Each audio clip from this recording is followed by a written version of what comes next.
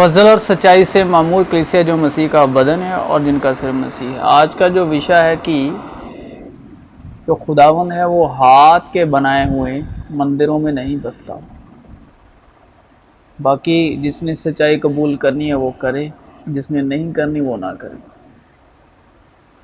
اور تمام زمین پر ایک ہی زبان اور ایک ہی بولی تھی، اور ایسا ہوا کہ مشرق کی طرف سفر کرتے کرتے ان کو ملک سنار میں ایک میدان ملا اور وہ وہاں بس گئے، اور انہوں نے آپس میں کہا آؤ ہم اینٹیں بنائیں اور ان کو آگ میں خوب پکائیں۔ سو انہوں نے پتھر کی جگہ اینٹ سے اور چونے کی جگہ گارے سے کام لیا۔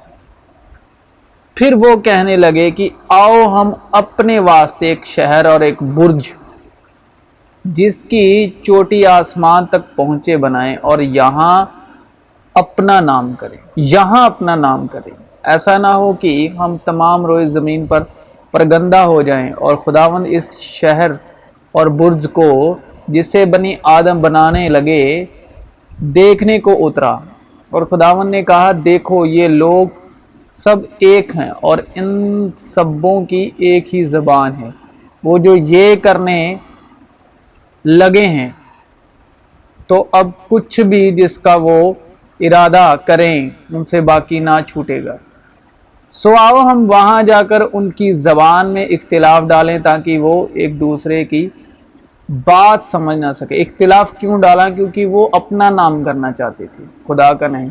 بس خداوند نے ان کو وہاں سے تمام روئے زمین میں پرگندہ کیا، سو وہ اس شہر کے بنانے سے باز آئے، اس لیے اس کا نام بابل ہوا، کیونکہ خداوند نے وہاں ساری زمین کی زبان میں اختلاف ڈالا، اور وہاں سے خداوند نے ان کو تمام روئے زمین پر پرگندہ کیا۔ تو پطرس نے یسوع سے کہا اے خداوند، ہمارا یہاں رہنا اچھا ہے، مرضی ہو تو میں یہاں 3 ڈیرے بناؤں، ایک تیرے لیے، ایک موسیٰ کے لیے، یعنی فضل انوگرہ، اور ایک شریعت، اور ایک ایلیا کے لیے۔ جس خدا نے دنیا اور اس کی ساری چیزوں کو پیدا کیا وہ آسمان اور زمین کا مالک ہو کر ہاتھ کے بنائے ہوئے مندروں میں نہیں رہتا، نہ کسی چیز کا محتاج ہو کر آدمیوں کے ہاتھوں سے خدمت لیتا ہے، کیونکہ وہ تو خود سب کو زندگی اور سانس اور سب کچھ دیتا ہے۔ لیکن بری تعالیٰ ہاتھ کے بنائے ہوئے گھروں میں نہیں رہتا، چنانچہ نبی کہتا ہے کہ خداوند فرماتا ہے آسمان میرا تخت اور زمین میرے پاؤں تلے کی چوکی ہے، تم میرے لیے کیسا گھر بناؤ گے؟ تو سلیمان نے بھی اس کے لیے گھر بنایا تھا، سلیمان نے بھی بنایا تھا۔ تو نبی یہ کہتا ہے کہ تم میرے لیے کیسا گھر بناؤ گے، یا میری آرامگاہ کون سی ہے؟ کیا یہ سب چیزیں میرے ہاتھ سے نہیں بنی؟ اے گردن کشو اور دل اور کان کے نامختونوں، تم ہر وقت روح القدس کی مخالفت کرتے ہو، جیسے تمہارے باپ دادا کرتے تھے ویسے تم بھی کرتے ہو۔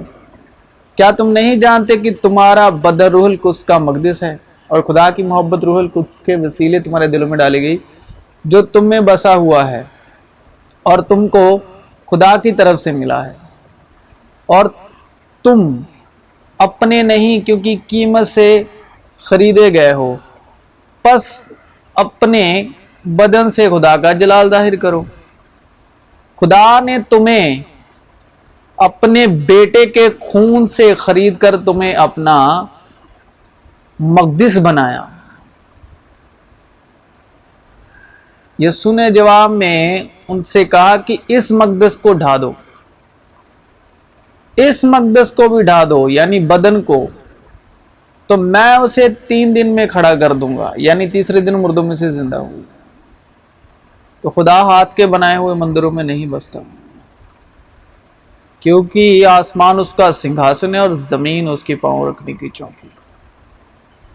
اور تم اس کے لیے کیسا مندر بناؤ گے؟ اسی ایشیا میں آپ سبوں کی